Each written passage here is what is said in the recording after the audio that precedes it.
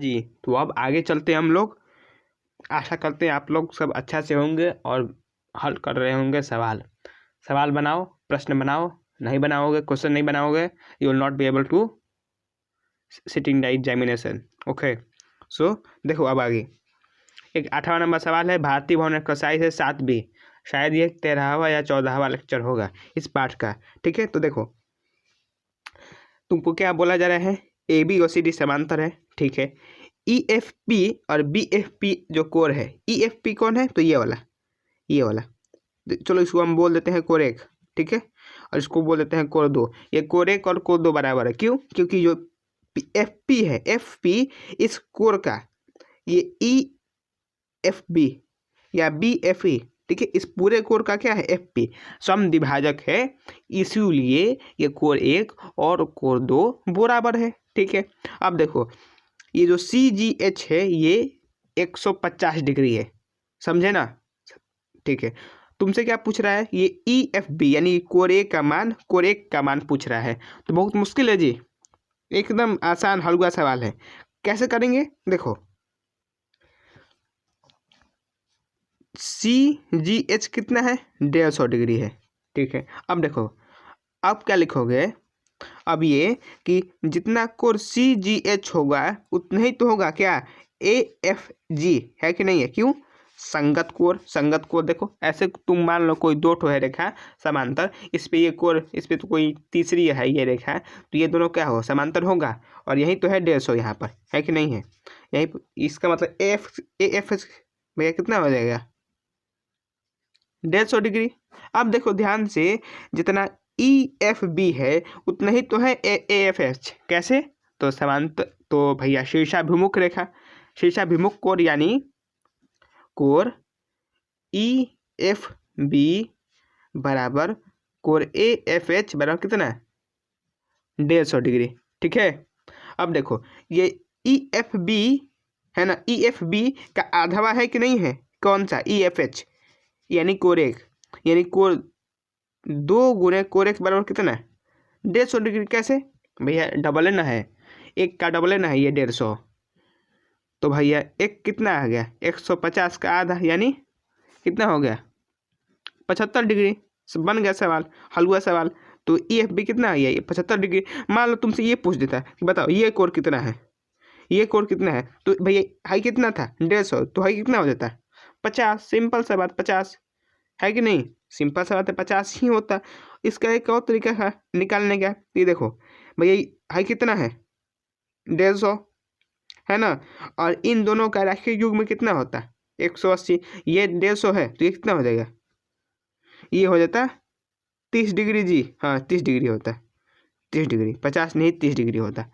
ठीक है, और भी कुछ भी पूछ सकता था तुमसे, कोई जो नहीं है, हो सकता है ये पूछ देता, तो इसमें भी कोई मुश्किल था? अरे भैया नहीं जी, एकदम सिंपल। ये 150 है, ये भी 150, इन दोनों के कितना होता है, रखिए ये 30 है तो ये भी कितना होता है, 30। सिंपल, ठीक ठीक है।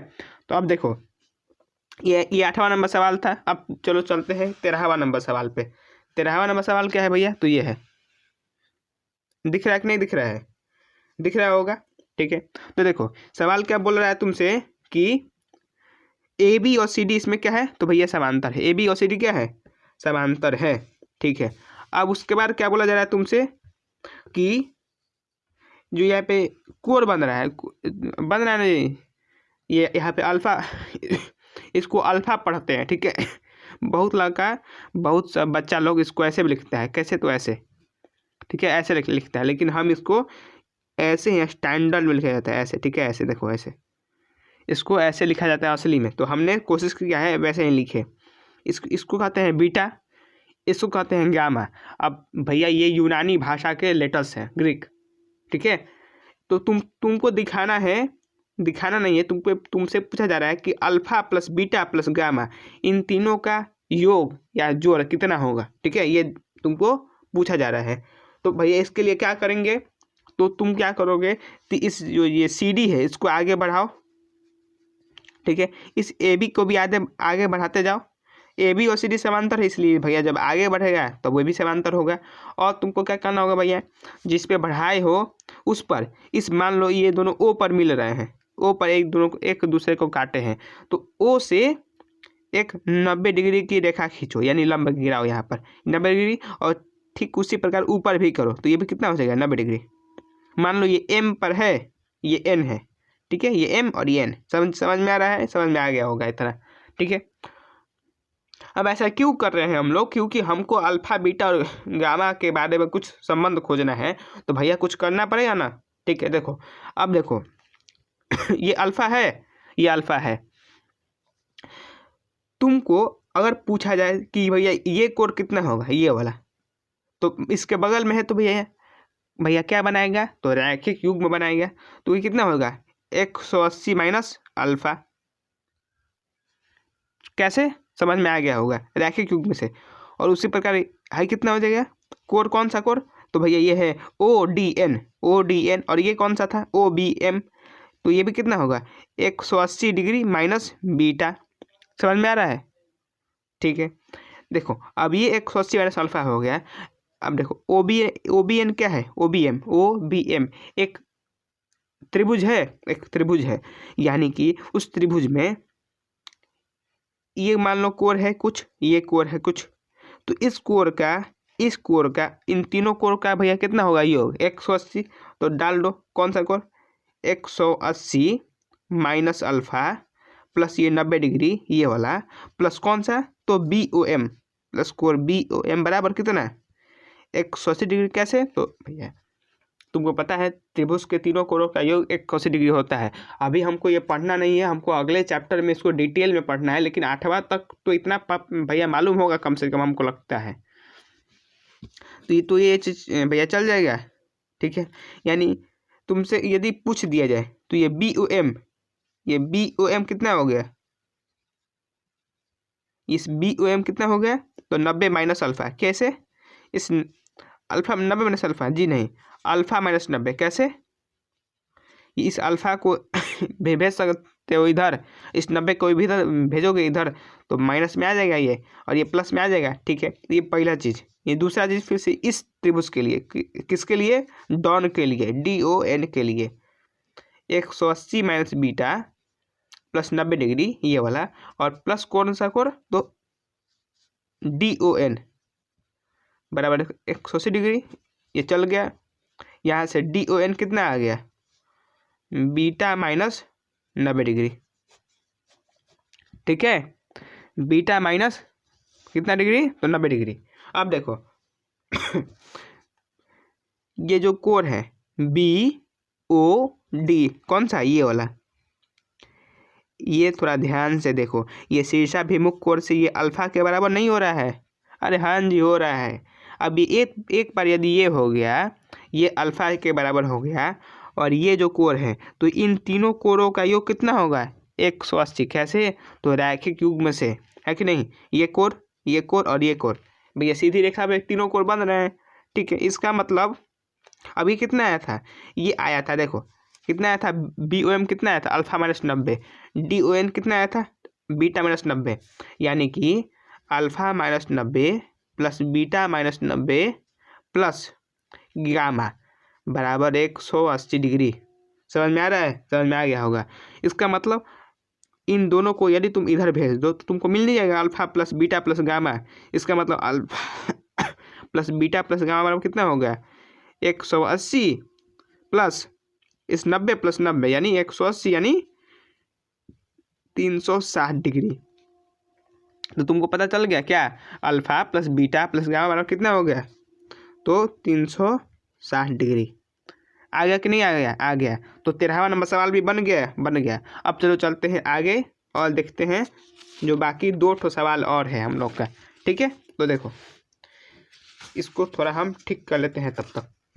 हाँ तो देखो सवाल है 15वां नंबर। क्या है सवाल कि यदि 2 समांतर रेखाओं को कोई तिर्यक रेखा कोई तिर्यक छेदी रेखा, वही प्रतिच्छेदी रेखा ही है, काटती है, ठीक है। ए बी और सी डी क्या है, समांतर रेखा है मान लो।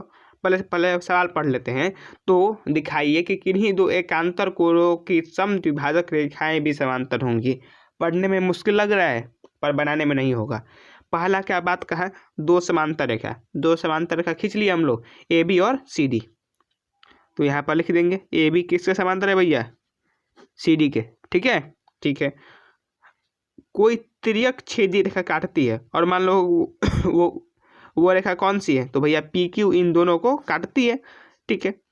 कहाँ पर काटती है, तो ई पर और एफ पर मान लो ये काटती है, हमको ऐसा बनाना है, दिखाइए। अब देखो मेन सवाल यहीं पे है कि किन्हीं दो एकांतर कोण, तो यहाँ पर को ठो एकांतर कोण बनेगा, 4 ठो, कौन सा, हाँ 2 ठो एकांतर कोण का युग्म बनेगा, पर 4 ठो एकांतर कोण बनेंगे नहीं भैया। हम लोग जब एकांतर कोण बात करेंगे तो युग्म में बात करेंगे, अकेले एकांतर कोण का कोई अस्तित्व नहीं है, समझे।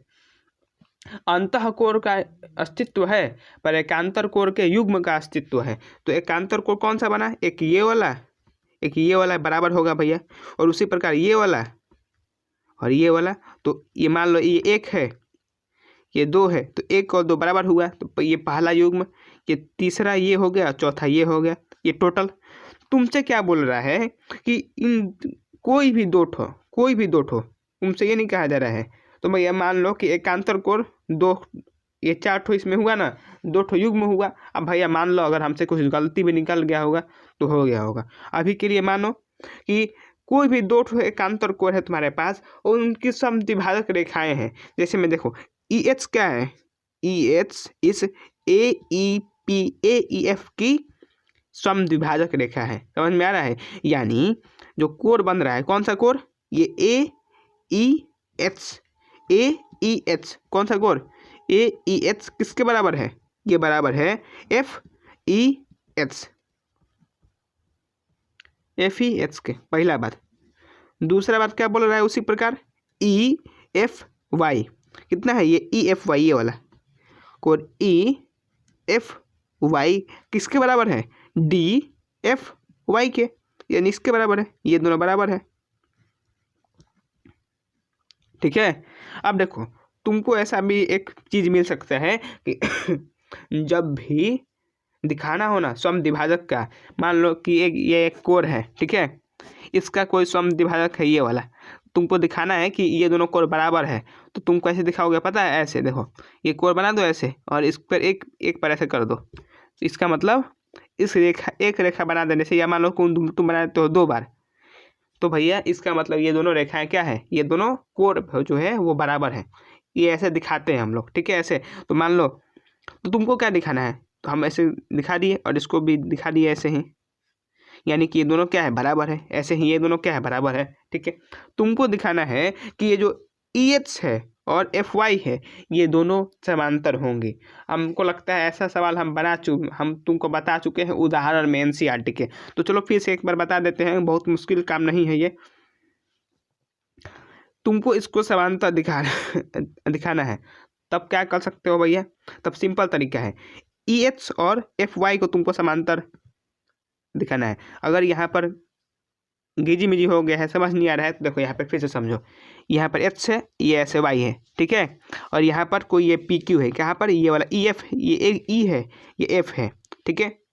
तो तुमसे क्या बोल रहा है, और ये इसके आगे कुछ इस प्रकार है, ये वाला पहला ये है, तुमसे क्या बोल रहा है कि ये जो कोण है और ये कोण है कौन सा, तो एच ई एफ ये वाला, देखो क्या कह लो एफ ई एच ये वाला, और कौन सा ये वाला कौन सा, तो ये भैया हाई कौन सा है, तो ये वाला है ई एफ वाई, ये वाला ई एफ वाई, यहाँ पर ई एफ वाई, ये दोनों बराबर है। यदि तुम ये दिखा दो, ये वाला कोण और ये वाला कोण यदि बराबर है दिखा दो, तो ये जो ई एच है और कौन सा ये एफ वाई है, ये दोनों समांतर हो जाएंगे, ठीक है। तुमको ये दोनों समांतर हो जाएंगे, तो ये कैसे बराबर, ये कैसे होगा, तो देखो क्या लिखेंगे कि चूंकि ए भी किसके समांतर है, तो भैया सी डी के समांतर है, एवं पी क्यू एक तिर्यक रेखा है, इसलिए क्या होगा, इसलिए जो कोण बनेगा कौन सा, ये ए ई एफ, यानी मान लो ये 4 था, अभी के लिए तो हम लोग लिखते हैं इसको ए ई एफ, हम सिर्फ समझाने के लिए उसको लिख दिए थे 4, ठीक है। वो किसके बराबर होगा, वो बराबर होगा ई एफ डी के या डी एफ ई के, डी एफ ई कैसे भैया, एकांतर कोण से, ठीक है। अब देखो इसके आगे, देखो इसके आगे क्या करेंगे भैया, इन दोनों का आधा ले सकते हो, दोनों आधा कर दो इसका, तो कुछ मुश्किल हो जाएगा। नहीं भैया सिंपल से आधा कर दे रहे हैं हम लोग, इसका दोनों ओर आधा कर दिए। अब दोनों जब आधा करोगे तो इसका समद्विभाजक वाला जो कोण बन रहा था वही तो कोण बनेगा, और इसका यहाँ पर आधा करने पे कौन सा कोण बनेगा, देखो ये FEH बनेगा कि नहीं बनेगा। AEF का आधा कितना होगा, AEF का आधा FEH होगा। FEH क्या है भैया, FEH यानी ये वाला कोण, यानी कि कोण FEH हो जाएगा। और उसी प्रकार जो DFE है, इस DFE का आधा क्या हुआ, इतना हुआ, कौन सा, तो EFY। तो ये बराबर हो गया हम लोग का, बराबर हो गया कि नहीं हो गया, कैसे, दोनों साइड आधा आधा कर दिए, और आधा आधा जैसे ही हुआ, अब लिख दो, चूंकि एकांतर कोण समान हो गए, इसीलिए XYG नहीं EH किसके समांतर हो गया, FY के, हो गया कि नहीं हो गया। और यदि हाई हो गई भैया तो हमको यही ना दिखाना था कि दोनों एकांतर कोण की जो समद्विभाजक रेखाएं हैं वो समांतर होंगी। अब उसी प्रकार तुमको मन है तो इधर भी करने का मन है तो इधर भी हो सकता है, ये वाली जो होगा रेखा है और ये वाला रेखा, ये दोनों भी समांतर होगा, सेम कहानी करना पड़ेगा। उसको तुमको मन है तो भैया कर लेना, वरना इसी से तो काम चल ही जाएगा आराम से। अब देखिए अंतिम सवाल पर आते हैं, ये 18वां नंबर सवाल है। हमको लगा कि ऐसा हो सकता है कि कोई इसमें कन्फ्यूज हो जाए, इसलिए हम इसको बना देते हैं। सवाल क्या है, यदि दो सरल रेखाएं, भैया इस सरल का मतलब क्या होता है, सिंपल नहीं है, स्ट्रेट यानी सीधी रेखा, एक ही सरल रेखा पर एक ही तरफ लंब हो, यानी क्या कहा जाए, देखो पहले क्या कर जाए, दो सरल रेखा, एक ही सरल रेखा यानी 3 ठो स्ट्रेट लाइन यानी सरल रेखा की बात की जा रही है, 3 ठो। तो पहले मान लो कि एक यहाँ पर सरल रेखा कोई है ऐसे, ठीक है, जिसका नाम क्या है AB। क्या कहा जा रहा है कि माफ करना, कि इस एक सरल रेखा पर 2 ठो और सीधी रेखा या सरल रेखा इस तरफ उस पर लंब है, यानी 90 डिग्री बना रही है कि दोनों एक ही तरफ है। इसका मतलब ये दोनों कुछ इस प्रकार है, ये पहला मान लो, एक और है, ये पहला रेखा हो गई और ये दूसरी रेखा हो गई। ये मान लो ये CD है, ये मान लो EF है। तो बोलोगे दूसरी तरफ का मतलब क्या है, अगर कहता कि विपरीत तरफ है, इसका मतलब वो है, वो कुछ ऐसे होता है, वो कुछ ऐसे होता है। देखो ये एक हो गई रेखा, इसकी एक तरफ ये ऐसे होगा और दूसरा तरफ ऐसे, समझ में आ रहा है। अब पर कह रहा है एक तरफ, यानी दोनों ऊपर की ओर है या दोनों नीचे की ही ओर है। तो हम ऊपर की ओर ले लिए हैं, तुमको नीचे का मन है तुम नीचे का ले लो। तो तुमसे क्या कह रहा है कि ये जो CD है वो EF के समांतर होगा, ये तुम दिखाओ, ये कहा जा रहा है। तो बहुत मुश्किल है जी। अरे भैया जब CD EF ये CD जब इस पे AB पर लिखोगे, चूंकि CD क्या है भैया, AB पे लंब है 90 डिग्री, यानी ये जो कोण बनेगा कौन सा कोण, CDF ये कितना होगा, 90 डिग्री होगा, ठीक है। और जो ये कोण बनेगा EFB, क्यों, क्योंकि EFB क्या है, AB पर 90 डिग्री है, तो ये जो कोण बनेगा कितना होगा, 90 डिग्री होगा। अब देखो इन दोनों रेखाओं में कुछ क्या मिल रहा है, ये भी 90 डिग्री, ये भी 90 डिग्री, तो संगत कोण नहीं बन रहा है। और संगत कोण से क्या हो जाएगा, संगत कोण बराबर, एक बार मिल गया संगत कोण बराबर, इसका मतलब क्या है, इसका मतलब ये जो CD है EF के समांतर होगा। क्यों, क्योंकि संगत कोण अभिगृहित से हमको पता है कि यदि संगत कोण यदि एक भी युग्म बराबर हो गया तो हमको पता चल जाएगा। या नहीं तो ऐसे भी होगा कि ये वाला अगर 90 डिग्री है, चूंकि लंब है तो ये वाला भी 90 डिग्री होगा, ये वाला भी अगर 90 डिग्री हो गया तो इन दोनों का योग 180 डिग्री हो गया। तो तुमको ऐसे भी पता है कि यदि भैया तिर्यक रेखा की एक ही ओर बने के अंतःकोण यानी सह अंतःकोणों का योग 180 डिग्री है तो क्या होगा, समांतर होंगी रेखाएं। तो हम लोगों ने ये भी पूरा कर लिया भारती भवन से। इस एक्सरसाइज का जितना भी हमको लगा कि मुश्किल सवाल है और जो जरूरी है, बाकी आपसे अब बन जाएगा, इतना आसान है ये सब, तो उसको आप बना लीजिएगा। जो हमको लगा मुश्किल है हमने आपको बता दिया है, ठीक है। तो चलो रखते हैं, अब मिलेंगे आपसे अब अगले जो एक्सरसाइज है 6.3 उसके थ्योरी पोर्शन के साथ। थ्योरी समझ में आता है ना, बताए ना, कि हथियार आपके लिए, ठीक है। तो चलो रखते हैं।